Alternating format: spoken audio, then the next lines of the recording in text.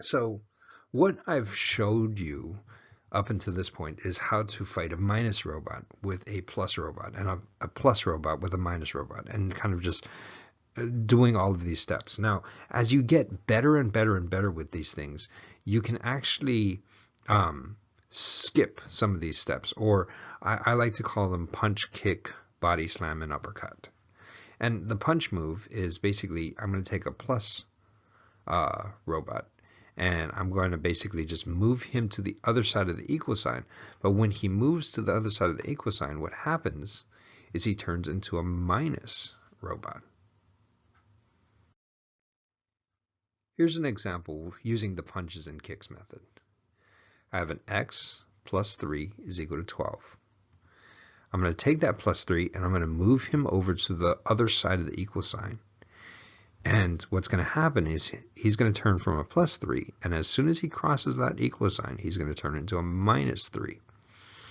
Now, the reason why this happens is because it's actually all comes back to, if you were to just attack this plus 3 with a minus 3 and always play fair, and then those 3s will cancel, it will the results will be the exact same thing. So there we go. It went from a plus 3 on one side and turned into a minus 3, and that left x all by itself. Here's what it looks like in symbols. You have x plus 12 is equal, or x plus 3 is equal to 12.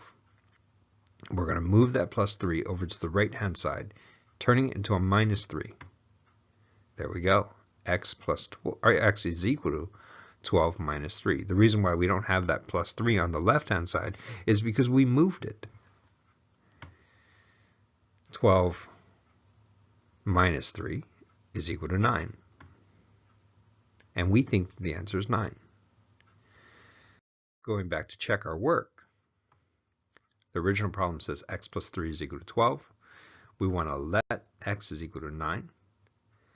Then what we'll do is we'll plug in what we think the answer is into x. So we think it's 9 plus 3 is equal to 12.